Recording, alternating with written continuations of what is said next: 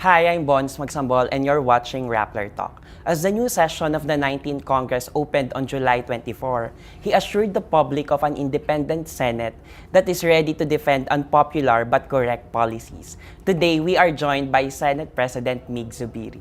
Hi, Senator. Welcome to the program. Hi, Bonz, and of course, a pleasant good day to all the viewers of Rappler. Okay. It's been a year since your Senate presidency as Senator. How are you? Well, I'm quite stressed, to be honest about it. Siyempre, alam mo, although dati majority leader po ako, ang trabaho ko was to shepherd bills in the plenary session and of all my colleagues. Now being leader of the institution, not only do you help pass legislation, but you also help pass policy.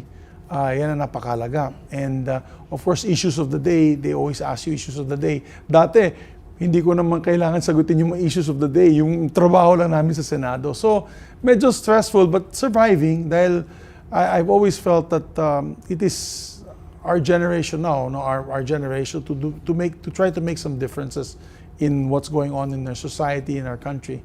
So, it gives me pleasure to be able to do that, to make those changes. Senate President, you also served as senator during the time, of course, of President Rodrigo Duterte. So how will you compare the leadership style of President Duterte and the current President Ferdinand Bongbong Marcos Jr. in terms of diplomacy?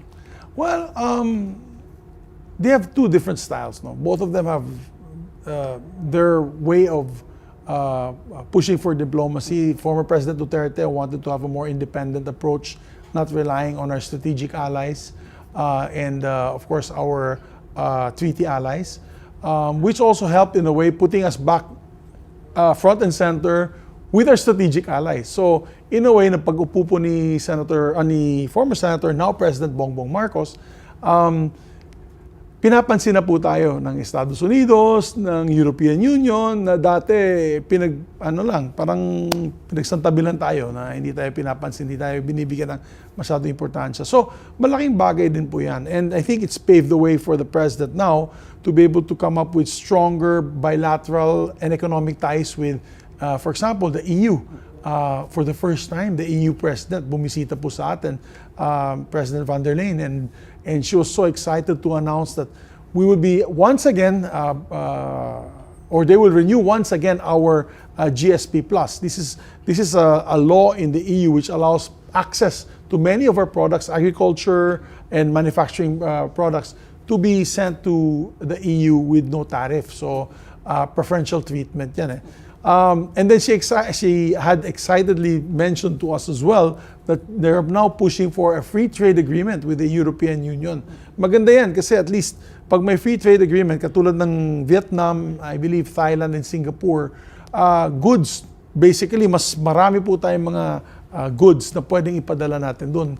Our agricultural vegetables, fruits, our chocolates, our bananas, all across the board, no, magiging access na po natin ang European Union. Ganun din ang kwento sa amin ng mga Amerikano. They also want to come up with a free trade agreement with like-minded allies in the Pacific, particularly the Philippines. So it's helped pave the way. All these our positions in foreign policies help pave the way for us to open up new markets. Eventually, that is what we need to do. Kailangan po natin buhayin ng ekonomiya natin and that we can be independent. Kasi right now, nakatingin tayo lahat sa China. Importation and export. China is #1 trading partner of the Philippines. Hinaharas naman tayo sa West Philippine Sea. So, kailangan talaga natin na makatayo sa sarili nating paa pagdating po sa economic agenda. Para ganun, hindi tayo dependent masyado sa isang bansa katulad ng China. So, I think that is what we're focusing on now, and that's also the collective idea of the Senate. Okay. So, you mentioned about the China's bullying. Yes. In the West Philippine Sea. You've been very vocal about your opinion on standing up against China's bullying. Is there anything that the Philippines need to do na hindi pa natin nagagawa to defend the Philippine sovereignty over the West Philippine Sea? First of all, for the record, galit ako sa bully. Siguro lahat ng tao galit sa bully. China has been overstepping its boundaries in the West Philippine Sea. Their latest incursion in Sabina Shoal is only 80 nautical miles from the Republic of the Philippines, mainland area of the Philippines. They're well within our exclusive economic zone under the PCA arbitral ruling. Alam mo, hindi na makakapangisda ang mga mangingisda natin dyan, fisher folk, dahil hinaharang ng Chinese Coast Guard. Inaano sila, binubuli sila ng Chinese militia fishing vessels. They say they're fishermen, but they're actually Chinese militia. They continuously encroach within Philippine territory. Remember, I have to remind everyone that Sabina Shoal is 80 nautical miles from northern Palawan. It is only 40 nautical miles from Malampaya gas fields. So, napakalaga yan on national security, on energy independence. Napakalaga ng mga lugar na ito. Not to mention Pag-asa Island, isla po natin yan, recognized as a municipality of Palawan, which is well within the Philippine Exclusive Economic Zone. Pinapaligiran po ng Chinese ships and militia. So, ang posisyon ko dyan, atin yan. Pagtanggol natin ating sariling soberenya ng ating bansa. And as a Senate, and I'm so happy to say that we have come together. The Senate has come together, united as one, in coming out with a resolution condemning the repeated incursions and harassment of our fisher folk and our Coast Guard. I think what broke the camel's back, proverbial saying that we broke the camel's back, was when they really harassed and water cannoned our supply vessels to our soldiers at the BRP Sierra Madre. Talagang foul yun. So much so na hindi lamang note verbal ang dapat na ibigay po natin sa China na mga protest natin dito, but I think we should have taken maybe another step, a drastic step, in which maybe we can recall the ambassadors to show a sign of disgust, and indignation. So, once again, it shows that we have to have a more independent stance when it comes to the bully in the north, yung China. We have to do that. Because if we don't do that, they'll push in and we need to push back. Ayaw natin ng gulo. Let's put it this way. Hindi naman natin kayang girahin ng China. No? In military superiority alone, it's like 10 versus 1 against 10. So, hindi talaga natin pwede silang girahin. Pero as a nation, pwede natin gawin katulad ng ginawa ng Vietnam. I think Vietnam is a good template for that because sinasakupan din ng China mga areas ng Vietnam, pero hindi sila natatakot. They push back. And we can see in many instances na maski na wino-water cannon ng mga fisher folk nila, lumalaban ng fisher folk, tuloy-tuloy pa rin ang paglabas at pag-ikot dun sa teritoryo na sinasakupan ng China na yun. Also, they've become very independent economically. Vietnam now is the darling of many foreign direct investors. Kaya ang ginawa nila, pinatibay po nila ekonomiya nila, nagbukas po sila sa kanilang ekonomiya pagdating sa mga investors na katulad ng mga galing sa Estados Unidos and Europa. Para sa ganun, hindi po sila ma-hostage. They will not be hostage by the economic might of China. And they're doing a perfect job. That's the template I want for the Philippines. Okay. And we can stand on our own 2 feet economically. And because of that, we can strengthen now our borders. And the Senate has also come up with a united stand na pagdating sa budget season, itong budget season this coming month and next month, talagang dadagdagan namin ang budgets ng Coast Guard, ng AFP, Armed Forces of the Philippines, Navy, BFAR, tulungan din natin ang ating mga mangingisda doon. May mga proposals na bakit hindi natin bigyan na rin sila ng mas malaking barko na hindi katulad ng mga bangka lamang. Maybe we should outfit now our fisher folk with steel hull vessels so they can also ply these areas at tapatan nila ang Chinese militia. So these are the issues that are right now front and center in the Senate because we want to make a stand that the Senate will not allow bullying by any neighbor of ours. Okay, since you mentioned about, of course, yung first, it was a good step that the Senate unanimously came up with a resolution condemning itong bullying ng China. Pero do you think it's high time for the Philippines to bring this issue before the United Nations? Yes, a part of the resolution that we passed was also a number of items that the government can take. One of which was, of course, take it to other, well, first is continue the bilateral talks. Hindi naman pwedeng i-abandon natin yung face-to-face talks with the Chinese officials. Tuloy natin yan. And I'm happy that they appointed former Secretary, now Ambassador Teddy Boy Locsin to head the discussions kasi pag magsalita yan, matinik ang mga adjectives na binibigay niya sa China. So siguro makinig po sila dun sa mga salita ni former Secretary Teddy Boy Locsin.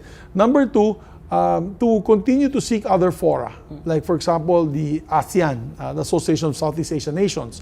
Yung Code of Conduct, kailangan natin talagang i-stress, pahiwatig sa kanila na we have to have our Code of Conduct on the West Philippine and South China Sea areas for all our neighbors.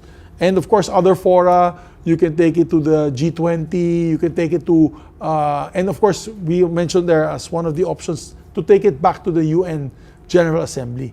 Kasi yung PCA ruling, that is an institution of the United Nations, di ba?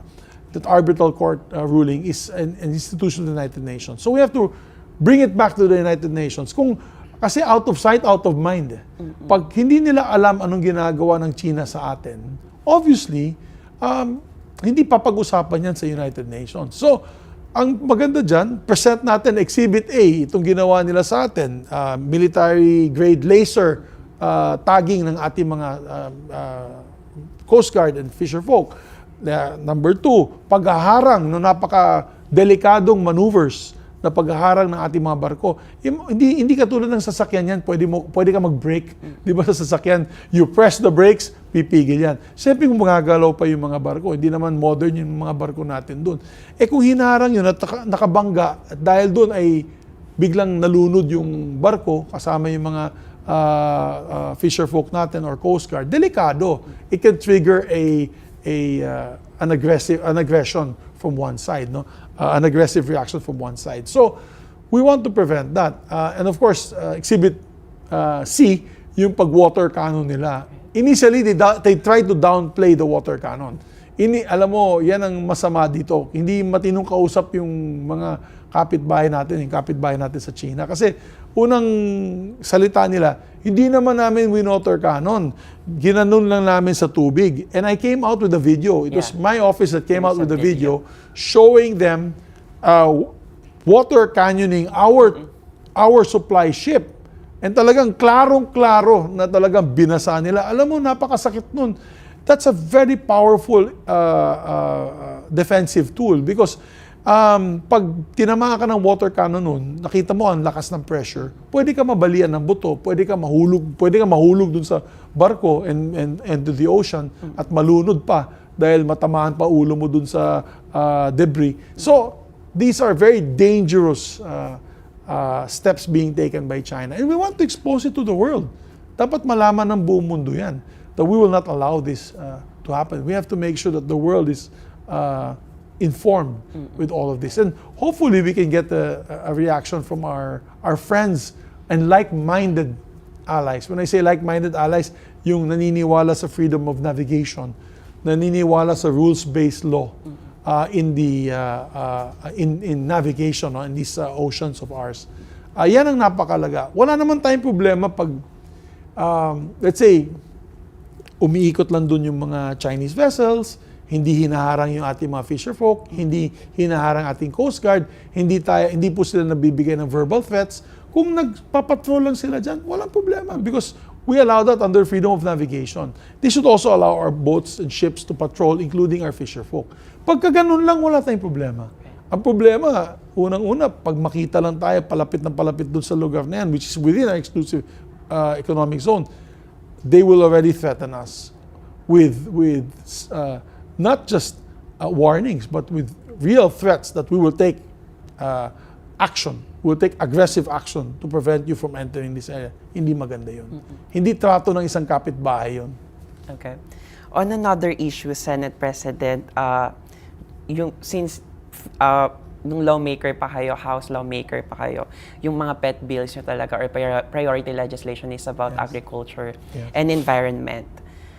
In August this year, of course, you filed the bill creating the rice production zones or RPZs to boost the country's rice output. What specifically is this bill and how will the public benefit from this? Yes. If you've looked at my education and background, I'm a real true blue agriculturist, no, together with environmentalist. So by education and by profession, that is my field. Kaya when the President asked me for advice, nung nag-dinner po kami sa Malacanang, I brokered to him the idea. Sabi ko, Mr. President, why don't you have rice-producing zones? In other words, wag na shotgun approach on the issue on rice. The beauty of rice production kasi, pag kulang po tayo ng bigas na yon in terms of stocks, 90 days lang yun 3 buwan lang, magkakaroon po tayo ng harvest muli. Hindi po siya katulad ng pinya, ng tubo, when you're producing sugar, it takes over a year to a year and a half. Rice is a very quick crop. It's quickly you can quickly rotate the production. But the president's, I'd say, the shortcomings of the executive is we devolve the function of the DA to the province and to the municipalities. Under the local government code, dinevolve po natin yung function na yan under the, what you call the Provincial Agricultural Officer, PAO, and MAO, Municipal Agriculture Officer. Ngayon, kung hindi aligned yung provincial government at municipal government sa gusto niyong agricultural policies, hindi po matitrickle down ang tulong ng DA dito sa ating mga magsasaka. Kaya, pag mag-interview po kayo ng mga magsasaka, tanungin nyo, meron ba kayong ayuda galing sa DA? Marami sa kanila, wala. Hindi nga namin alam na may ayuda pala na libreng fertilizer, libreng bini. So, ang gusto po natin mangyari under these rice production zones, targeting tayo. For example, Region 3, Bulacan, Pampanga, and Nueva Ecija. Those are one of the three biggest rice-producing zones in Region 3. Tutukan niya ng isang undersecretary, di ba? Or assistant secretary, or regional director na utusan ng presidente, dito sa rice-producing zones na yan, dapat i-memorize mo yung mga pangalan ng mga magsasaka. Kung 20,000 lang yung magsasaka na yan, that's 20,000 farmers, make sure na by database kayo, may database, may contacts, may tinatawag na information kung paano ninyo makontak ito at kailangan matulungan sila. So, in other words, parang dati, naalala ko nung bata ako, yung Masagana 99, may mga naka-overalls, pumupunta dun sa probinsya namin, nakalagay Masagana 99, naka-DA overalls, and meron checklist. Pinupuntahan talaga nila isa-isa yung mga farmers. So, Mr. Juan de la Cruz, ikaw ba, kamusta na? Kulang ba yung bini mo? Bibigyan kitang bini. Kulang ba fertilizer mo? Bibigyan ka ng fertilizer. Yung modernization or modern equipments, sige, 5 kayo magsasaka, sharing kayo dito sa rotavator at maliit na tractor. So, ang ibig ko po sabihin, targeting na tayo. We target, so, rice-producing zones in Region 3, Northern Luzon, Bicol, Visayas, at may nakatutok na DA official, which has accountability. Pag hindi po siya naka-provide ng ganitong output, di tanggalin ni Presidente, ipa-float niya, maglagay siya ng panibagong ASEC dyan or regional director. Kasi na yun, parang pag utos ng Pangulo na ganitong gawin, hindi umaabot sa ground level, hindi umaabot sa grassroots level. It doesn't go to the grassroots level.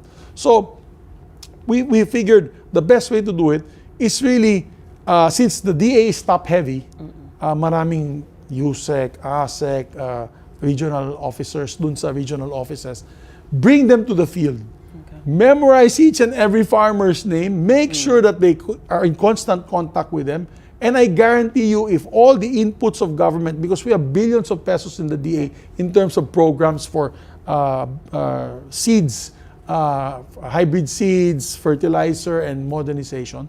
Pag yan ay nakatutok sa mga farmers, at yan ay naibaba natin sa mga magsasaka, you will see that we can double our production immediately.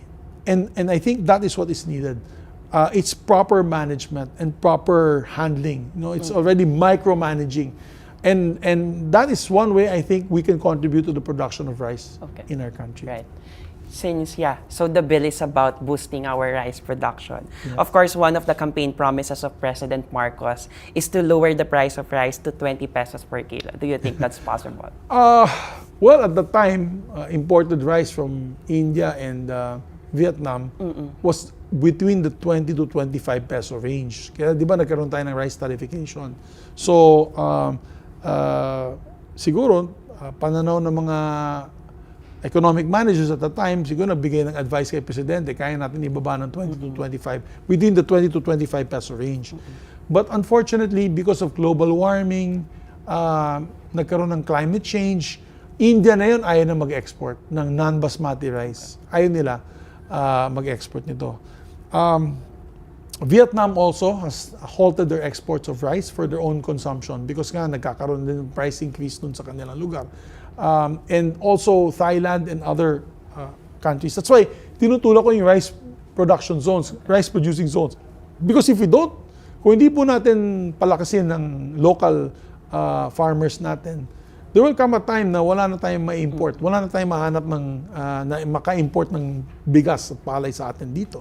So, we have to really strengthen our local production. This is pro-farmer. It's a pro-farmer legislation. It's a pro-farmer program.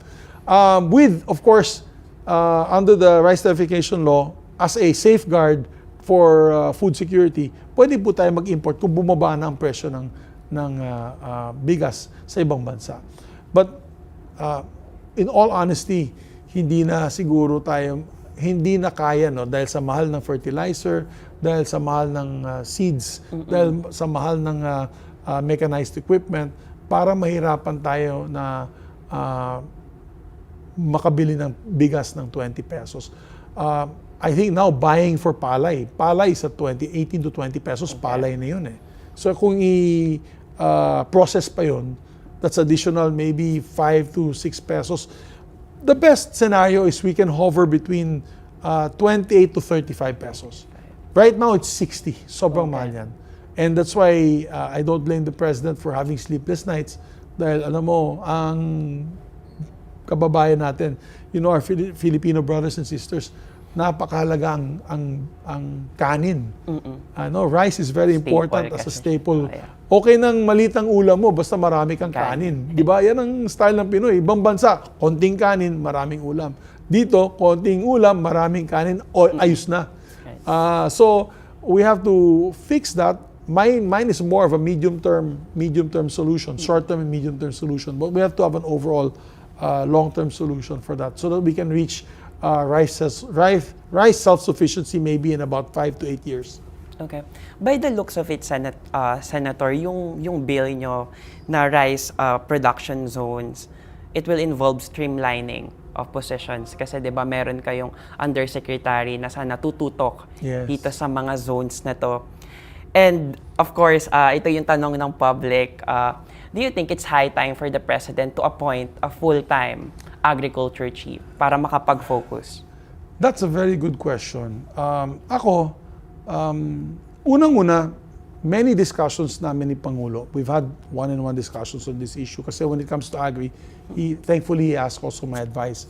And I've asked him that, sabi ko, Mr. President, wala ba kayong nakikita o na pupusuan na pwedeng gawing Secretary of the Department? Ang sagot niya palagi sa akin, Migz, this is very close to my heart because food security is national security. Parang wala pa daw siyang nakikita na kung sa Bisaya, masaligan ba yung he can trust na maiwan niya doon na hindi papasok sa korupsyon kasi ang DA prone to corruption din yan, especially when it comes to importation of goods, malaking pera yun. So he wants to make sure that it's shielded from politicians, from corrupt officials. So he's trying to look for the best possible candidate for the DA. With that said, ako personally, marami namang capable, no, na from the academe, from the multinational companies that already have agricultural experiences on corporate farming, etc. Pwede niya matapma ngayon.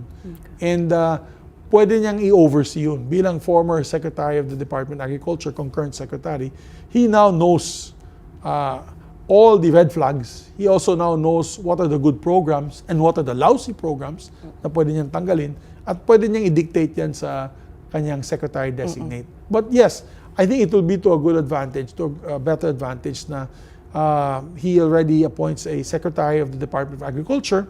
At the same time, overseeing all the programs and projects that the President has already laid out this past year.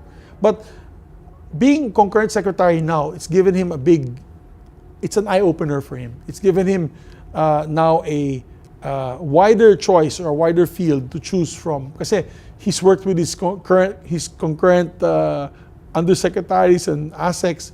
Baka may nakita sa dung magaling or sa private sector advisory group, baka may nakita din siya magaling doon at pwede na siya makapili. So, this one-year experience has been, I think, a great learning experience for the President, and I think it will open a lot of doors in choosing the right DA Secretary moving forward.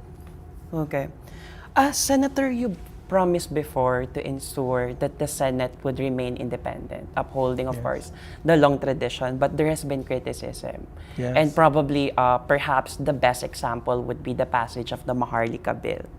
How are we to reconcile that promise of independence with the sweet passage of the President's pet bill? Well, let's just put it in proper perspective.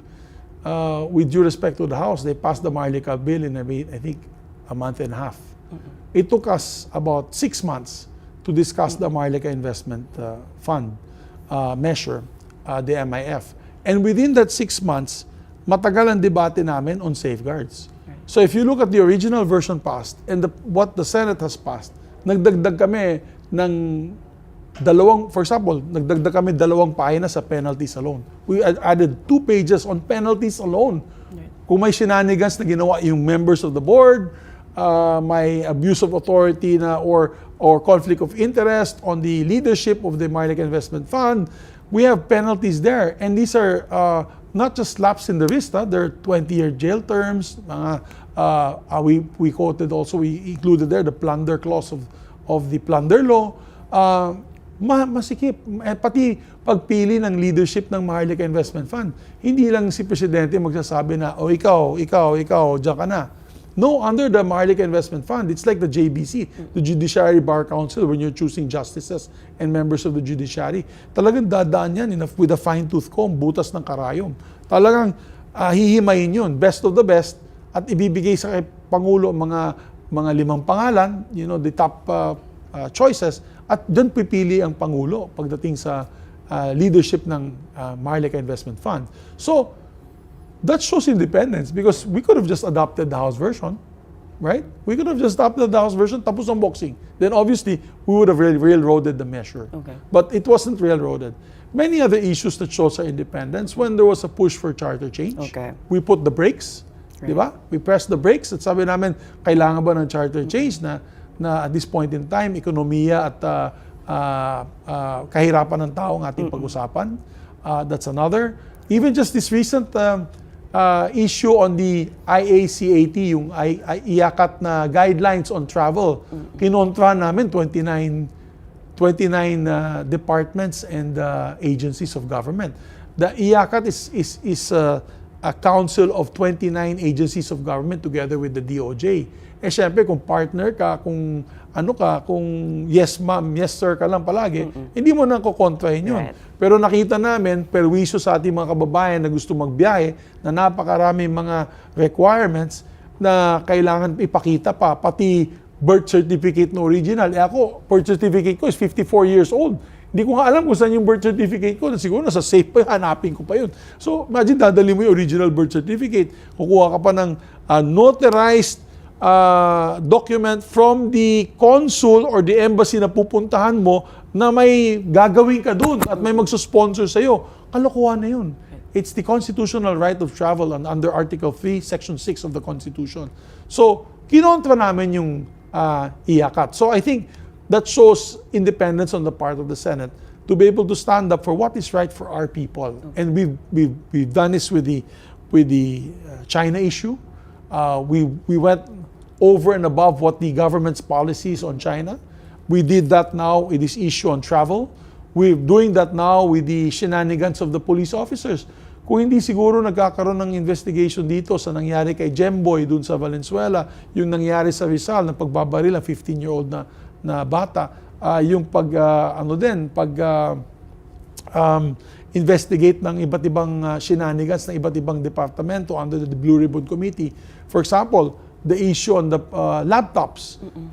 It was the Blue Ribbon Committee finding of Senator Tolentino that paved the way for the filing of charges of the Ombudsman to the Sandigan Bayan on these sinalaw and all of these perpetrators.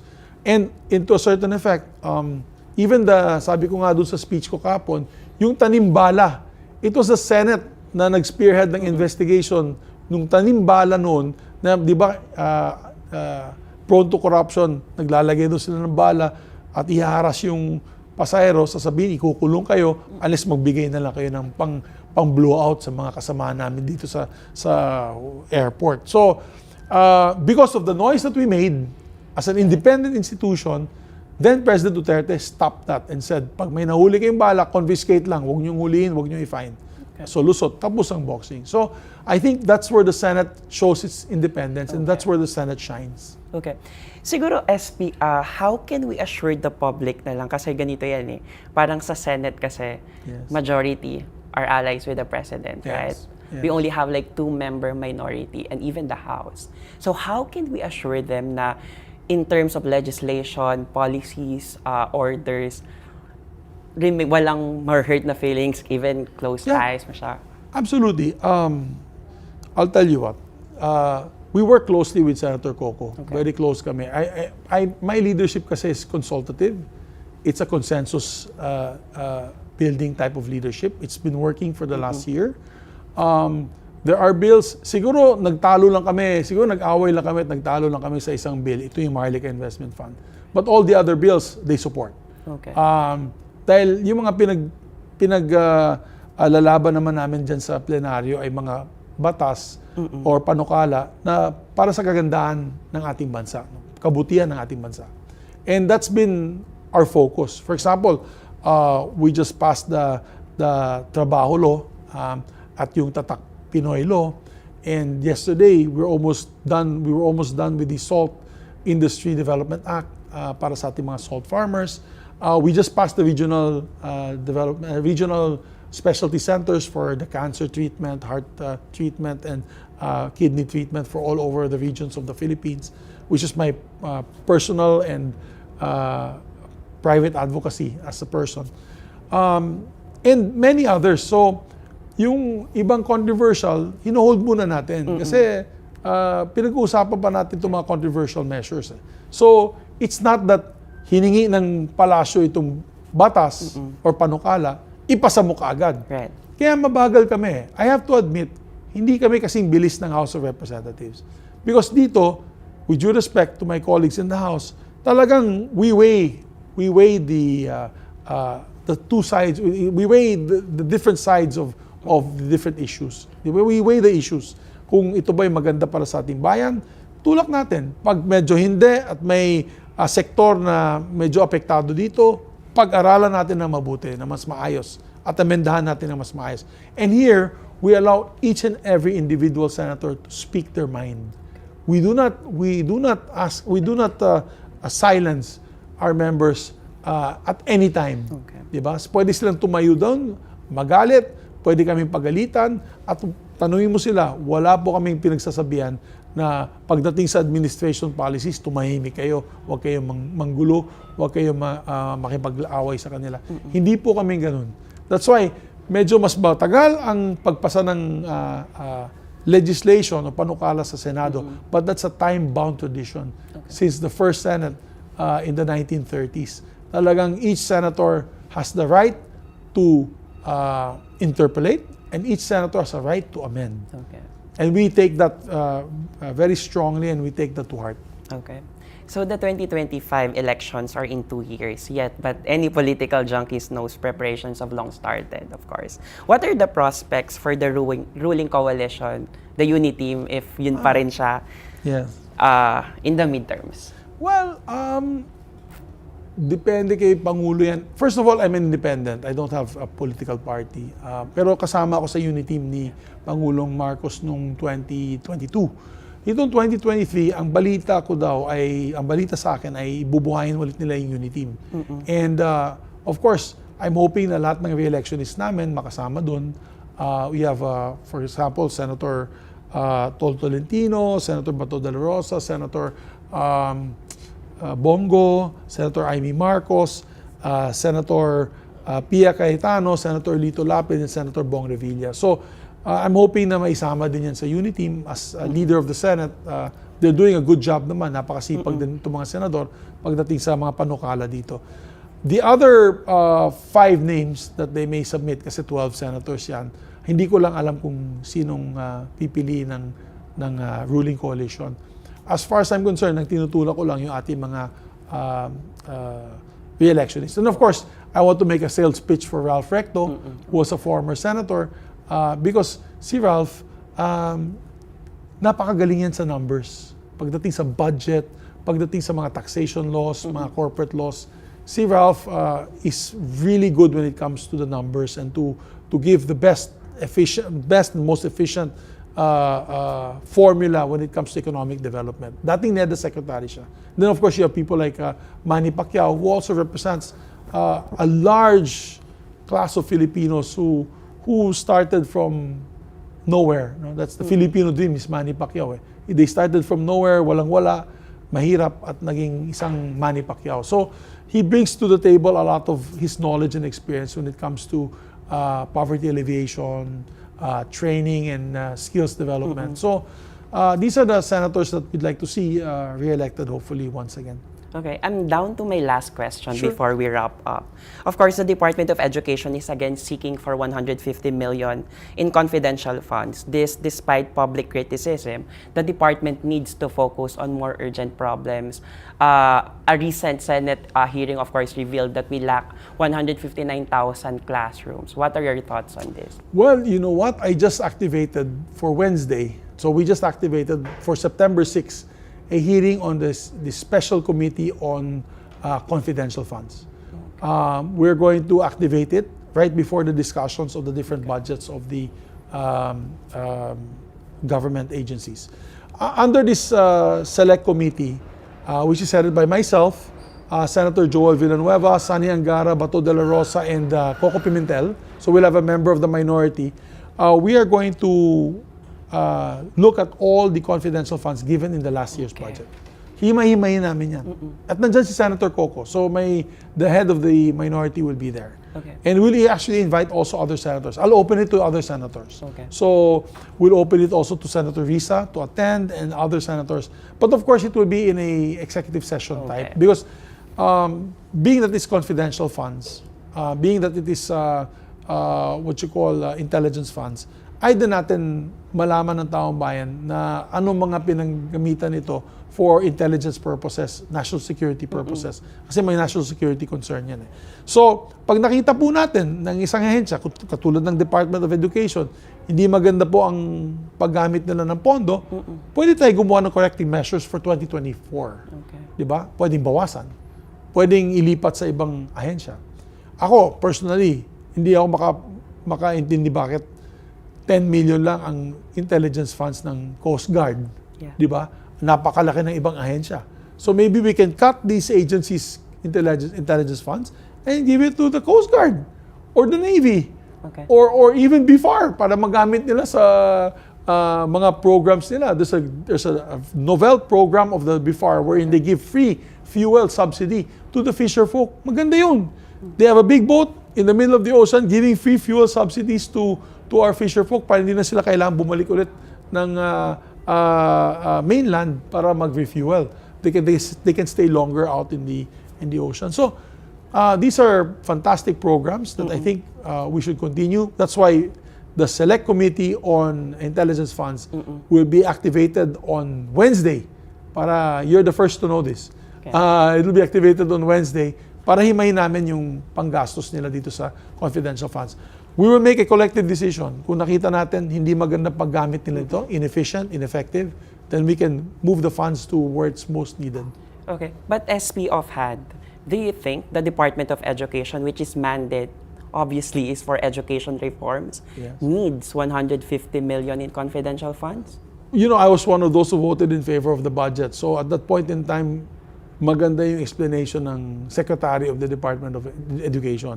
Pero ang kolatilya namin, hihimayin namin yan sa susunod na taon, which is now. So kung nakita natin na hindi magandang paggamit nila nun, malay mo, baka ginamit nila yun for classroom repairs, baka ginamit nila yun for purchase of books and other items for indigent students in the mountainous regions of the Philippines. Kaya titignan muna namin. I can't give you that answer until we review the confidential funds submitted to us to the Senate. Okay. To wrap up our discussion, Senate President, what should the public expect from the Senate in the next year? Well, for the next years to come, we'll make sure that the Senate remains vigilant on issues, particularly on government officials na nanggugulo, nanghaharas ng ating mga kababayan, lalo na issues on corruption, issues on grave abuse of authority, as seen by many of our investigations, whether it is in the public services, dito sa mga harassment ng mga travelers natin, or mga road rage suspects, or mga pulis na nang-aabuso, and iba't ibang ahensya na nagbibigay sa kanilang pagkulang ng pagbigay ng magandang serbisyo sa ating mga kababayan. That's number one, itutuloy po natin yan. Pangalawa, papasa po tayo ng mga panukala, bills and laws that will really affect our constituency, our people in a good way. For example, poverty eradication, economic upliftment of our people, bills that will be able to continuously help them with their health problems like the regional specialty centers.